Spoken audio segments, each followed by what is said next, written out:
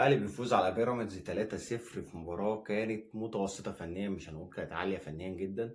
لكن هو الفوز ده بتاع النادي الأهلي يخليك تتغر وتفتكر النادي الأهلي خلاص رجع للمستوى بتاعه اللي كان عامله في أول 3 4 مباريات.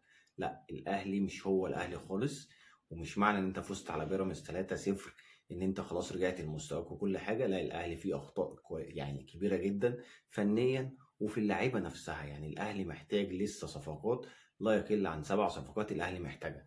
الاهلي محتاج مهاجم افريقي يعني بسرعه، مهاجم احسن من اللي عنده بكتير. لان يعني كولر طلع قال لك انا اعتبر ما عنديش مهاجمين خلاص. تاني حاجه انت محتاج 2 وينج، واحد يمين واحد شمال، محتاج صانع العاب، محتاج واحد في نص الملعب، ومحتاج مدافع وكمان باك يمين.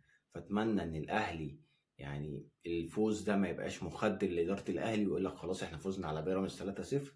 لا، الاهلي محتاج صفقات عشان يقدر ينافس على الدوري وينافس على دوري ابطال افريقيا.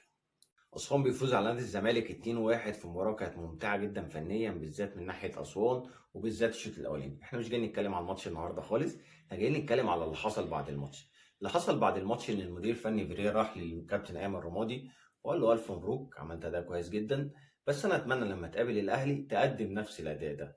فالتصريح ده يعني غريب جدا الصراحة من فيريرا.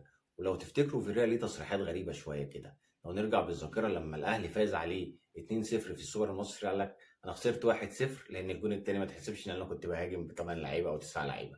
فنرجع للتصريح ده.